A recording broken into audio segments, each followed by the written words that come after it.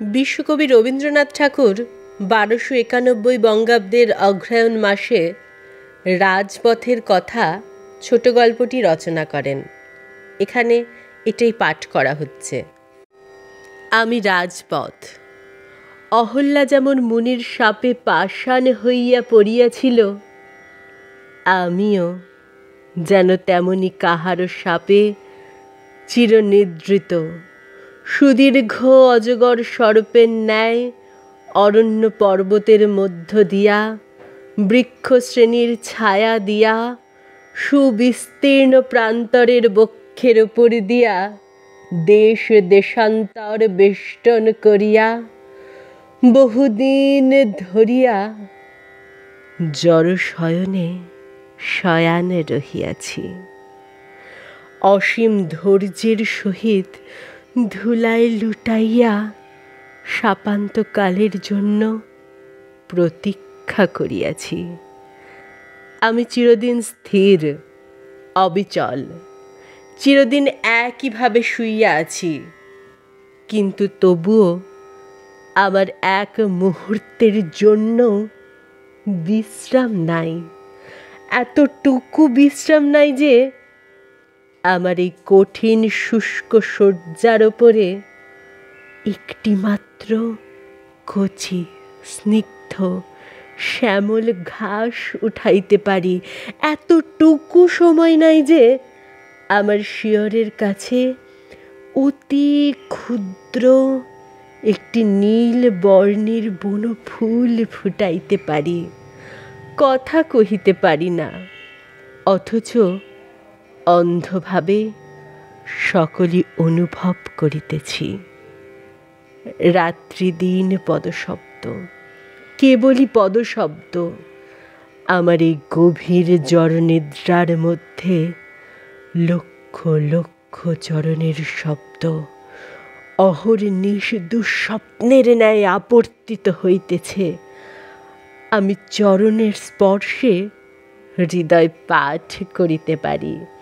আমি বুঝিতে পারি কে গৃহে যাইতেছে, কে বিদেশে যাইতেছে, কে কাজে যাইতেছে, কে বিশ্রামে যাইতেছে, কে উৎসবে যাইতেছে, কে শ্মশানে যাইতেছে। যাহার সুখের সংসার আছে, স্নেহের ছায়া আছে, সে প্রতি পদক্ষেপে সুখের ছবি আঁকিয়া আঁকিয়া চলে। সে প্রতি পদক্ষেপে মাটিতে আশার বীজ রোপিয়া রোপিয়া যায়। মনে হয় যেখানে যেখানে তাহার পা পড়িয়াছে সেখানে যেন মুহূর্তের মধ্যে এক একটি করিয়া লতা অঙ্কুরিত পুষ্পিত হইয়া উঠিবে। যাহার গৃহ নাই, আশ্রয় নাই, তাহার পদক্ষেপের মধ্যে আশা নাই, অর্থ নাই, তাহার পদক্ষেপের দক্ষিণ নাই, বাম নাই, তাহার চরণ যেন বলিতে থাকে, আমি চলি বা কেন, থামি বা কেন। তাহার পদক্ষেপে আমার শুষ্ক ধূলি যেন আরো শুকাইয়া যায়। পৃথিবীর কোনো কাহিনী আমি সম্পূর্ণ শুনিতে পাই না। আজ শত শত বৎসর ধরিয়া আমি কত লক্ষ লোকের কত হাসি, কত গান, কত কথা শুনিয়া আসিতেছি, কিন্তু কেবল খানিকটা মাত্র শুনিতে পাই।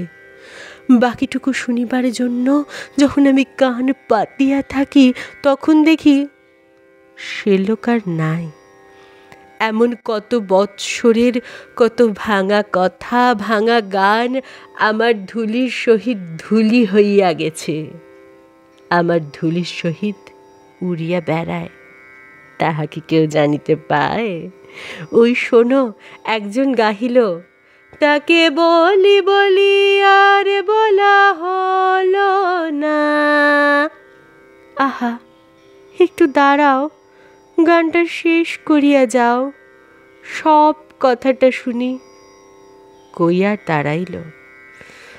গাহিতে গাহিতে কোথায় চলিয়া গেল, শেষটা শোনা গেল না। ওই একটিমাত্র পদ অর্ধেক রাত্রি ধরিয়া আমার কানে ধ্বনিত হইতে থাকিবে। মনে মনে ভাবিব, ও কে গেল, কোথায় যাইতেছে না জানি, যে কথাটা বলা হইল না তাহাই কি আবার বলিতে যাইতেছে। এবার যখন পথে আবার দেখা হইবে, সে যখন মুখ তুলিয়া ইহার মুখের দিকে চাহিবে, তখন বলি বলি করিয়া আবার যদি বলা না হয়, তখন নত শির করিয়া মুখ ফিরাইয়া অতি ধীরে ধীরে ফিরিয়া আসিবার সময় আবার যদি গায়ে তারে বলি বলি, আর বলা হলো না। সমাপ্তি ও স্থায়িত্ব হয়তো কোথাও আছে, কিন্তু আমি তো দেখিতে পাই না। একটি চরণ চিহ্নও তো আমি বেশিক্ষণ ধরিয়া রাখিতে পারি না। অবিশ্রাম চিহ্ন পড়িতেছে, আবার নতুন পদ আসিয়া অন্য পদের চিহ্ন মুছিয়া যাইতেছে। যে চলিয়া যায় সে তো পশ্চাতে কিছুই রাখিয়া যায় না। যদি তাহার মাথার বোঝা হইতে কিছু পড়িয়া যায়, শত সহস্র চরণের তলে অবিশ্রাম দলিত হইয়া কিছুক্ষণেই তাহা ধুলোতে মিশাইয়া যায়। তবে এমনও দেখিয়াছি বটে, কোনো কোনো মহাজনের পূর্ণ স্তূপের মধ্য হইতে এমন সকল অমর বীজ পড়িয়া গেছে, যাহা ধুলিতে পড়িয়া অঙ্কুরিত ও বর্ধিত হইয়া আমার পার্শ্বে স্থায়ী রূপে বিরাজ করিতেছে এবং নতুন পথিক দিগকে ছায়া দান করিতেছে। আমি কাহার লক্ষ্য নহি, আমি সকলের উপায় মাত্র। আমি কাহারও গৃহ নহি, আমি সকলকে গৃহে লইয়া যাই। আমার অহরহ এই শোক, আমারে কেহ চরণ রাখে না, আমার উপরে কেহ দাঁড়াইতে চাহে না। যাহাদের গৃহ সুদূরে অবস্থিত, তাহারা আমাকেই অভিশাপ দেয়। আমি যে পরম ধৈর্যে তাহাদিগকে গৃহের দ্বার পর্যন্ত পৌঁছাইয়া দিই, তাহার জন্য কৃতজ্ঞতা কই পাই? গৃহে গিয়া বিরাম, গৃহে গিয়া আনন্দ, গৃহে সুখ সম্মিলন, আর আমার উপরে কেবল শ্রান্তির ভার, কেবল অনিচ্ছাকৃত শ্রম, কেবল বিচ্ছেদ। কেবল কি সুদূর হইতে, গৃহ বাতায়ন হইতে মধুর হাস্যলহরী পাখা তুলিয়া সূর্যালোকে বাহির হইয়া আমার কাছে আসিবা মাত্র সচকিতে শূন্যে মিলাইয়া যাইবে? গৃহের সেই আনন্দের কণা আমি কি একটুখানি পাইব না? কখনো কখনো তাহা পাই। বালক বালিকারা হাসিতে হাসিতে কলরব করিতে করিতে আমার কাছে আসিয়া খেলা করে। তাহাদের গৃহের আনন্দ তাহারা পথে লইয়া আসে। তাহাদের পিতার আশীর্বাদ, মাতার স্নেহ গৃহ হইতে বাহির হইয়া পথের মধ্যে আসিয়াও যেন গৃহ রচনা করিয়া দেয়।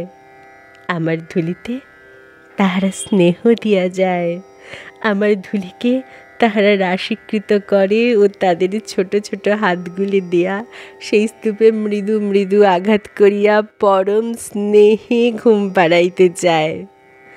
বিমল হৃদয় লইয়া বসিয়া বসিয়া তাহার সহিত কথা কয়। হায় হায়, এত স্নেহ পাইয়াও সে কি তাহার উত্তর দিতে পারে না?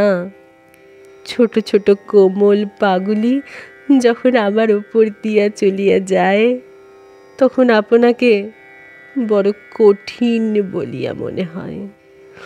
মনে হয় উহাদের পায়ে বাজিতেছে কুসুমের দোলের ন্যায় কোমল হইতে স্বাদ হয়।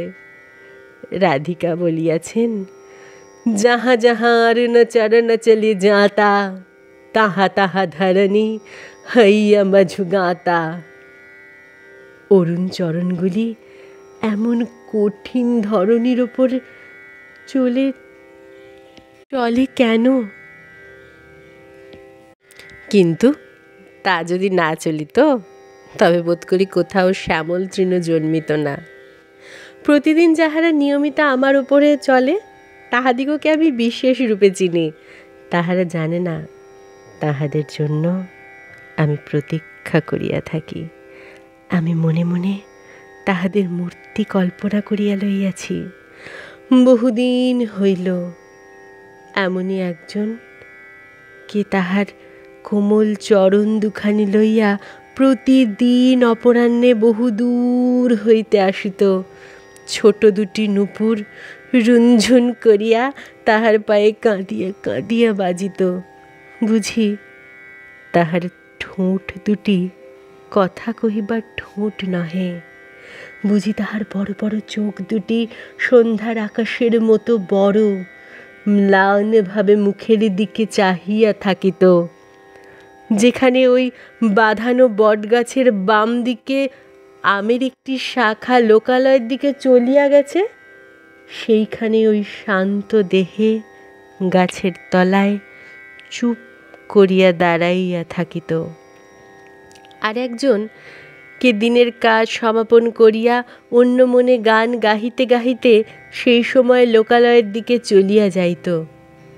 সে বোধ করি কোনো দিকে চাহিত না, কোনোখানে দাঁড়াইত না, হয়তো বা আকাশের তারার দিকে চাহিত। তাহার গৃহের দ্বারে গিয়া পূরবী গান সমাপ্ত করিত। সে চলিয়া গেলে বালিকা শ্রান্ত পদে আবার যে পথ দিয়ে আসিয়াছিল সেই পথে ফিরিয়া যাইত। বালিকা যখন ফিরিত জানিতাম অন্ধকার হইয়া আসিয়াছে। সন্ধ্যার অন্ধকার হিম স্পর্শ সর্বাঙ্গে অনুভব করিতে পারিতাম। তখন গোধূলির কাকের ডাক একেবারে থামিয়া যাইত। পথিকেরা আর কেহ বড় চলিত না। সন্ধ্যার বাতাসে থাকিয়া থাকিয়া বাঁশবন ঝন ঝন ঝন ঝন শব্দ করিয়া উঠিত। এখন কতদিন এমন প্রতিদিন সে ধীরে ধীরে আসিত, ধীরে ধীরে যাইত। একদিন ফাল্গুন মাসের শেষাশেষি অপরাহ্নে যখন বিস্তর আম্রকুলের কেশর বাতাসে ঝরিয়া পড়িতেছে, তখন সে একজন যে আসে সে আর আসিল না। সেদিন অনেক রাত্রে বালিকা বাড়িতে ফিরিয়া গেল। যেমন মাঝে মাঝে গাছ হইতে শুষ্ক পাতা ঝরিয়া পড়িতেছে, তেমনি মাঝে মাঝে দু এক ফোঁটা অশ্রু জল আমার নীরস তপ্ত ধূলির ওপরে পড়িয়া মিলাইতেছে। আবার তাহার পরদিন অপরাহ্নে বালিকা সেইখানে সেই তরুদলে আসিয়া দাঁড়াইল, কিন্তু সেদিনও আর একজন আসিল না। আবার রাত্রে সে ধীরে ধীরে বাড়ি মুখে ফিরিল। কিছু দূর গিয়া সে আর চলিতে পারিল না, আমার ধূলির উপরে লুটাইয়া পড়িল, দুই বাহুতে মুখ ঢাকিয়া বুক ফাটিয়া কাঁদিতে লাগিল। কি গামা, আমি এই বিজন রাত্রে আমার বক্ষেও কি কেহ আশ্রয় লইতে আসে? তুই যাহার কাজ হইতে ফিরিয়া আসিলি সে কি আমার চেয়েও কঠিন? তুই যাহাকে ডাকিয়া সাড়া পাইলি না সে কি আমার চেয়েও মুখ? তুই যাহার পানে চাহিলি সে কি আমার চেয়েও অন্ধ? বালিকা উঠিল, দাঁড়াইল, চোখ মুছিল, পথ ছাড়িয়া পার্শ্ববর্তী বনের মধ্যে চলিয়া গেল। হয়তো সে গৃহে ফিরিয়া গেল, হয়তো এখনো সে প্রতিদিন শান্ত মুখে গৃহের কাজ করে, হয়তো সে কাহাকেও কোনো দুঃখের কথা বলে না। কেবল একদিন সন্ধ্যাবেলায় গৃহের অঙ্গনে আলোতে পা ছড়াইয়া বসিয়া থাকে, কেহ ডাকিলেই আবার তখনই চমকাইয়া উঠিয়া ঘরে চলিয়া যায়। কিন্তু তাহার পরদিন হইতে আজ পর্যন্ত তাহার চরণ স্পর্শ আমি অনুভব করি নাই। এমন কত পদশব্দ নীরব হইয়া গেছে, আমি কি এত মনে করিয়া রাখিতে পারি? কেবল সেই পায়ের করুণ নূপুরধ্বনি এখনো মাঝে মাঝে মনে পড়ে। কিন্তু আমার কি আর একদণ্ড শোক করিবার অবকাশ আছে? শোক কাহার জন্য করিব? এমন কত আসে কত যায়। কি প্রখর রৌদ্র! উহু হু হু, একবার নিঃশ্বাস ফেলিতেছে, আর তপ্ত ধুলা সুনীল আকাশ ধূসর করিয়া উড়িয়া যাইতেছে।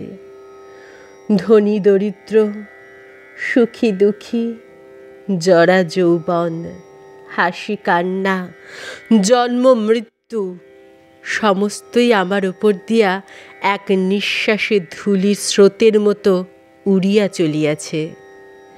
এই জন্য পথের হাসিও নাই, কান্নাও নাই।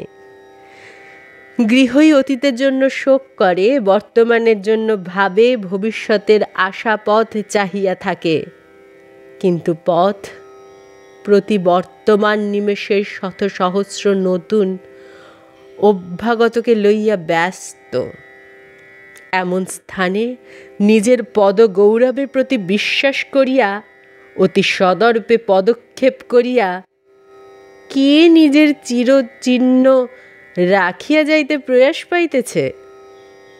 এখনকার বাতাসে যে দীর্ঘশ্বাস ফেলিয়া যাইতেছে, তুমি চলিয়া গেলে কি তাহারা তোমার পশ্চাতে পড়িয়া তোমার জন্য বিলাপ করিতে থাকিবে? নতুন অতিথিদের চক্ষে অশ্রু আকর্ষণ করিয়া আনিবে? বাতাসের উপরে বাতাস কি স্থায়ী হয়? না না, বৃথা চেষ্টা। আমি কিছুই পড়িয়া থাকিতে দিই না, হাসিও না, কান্নাও না। আমি কেবল পড়িয়া আছি।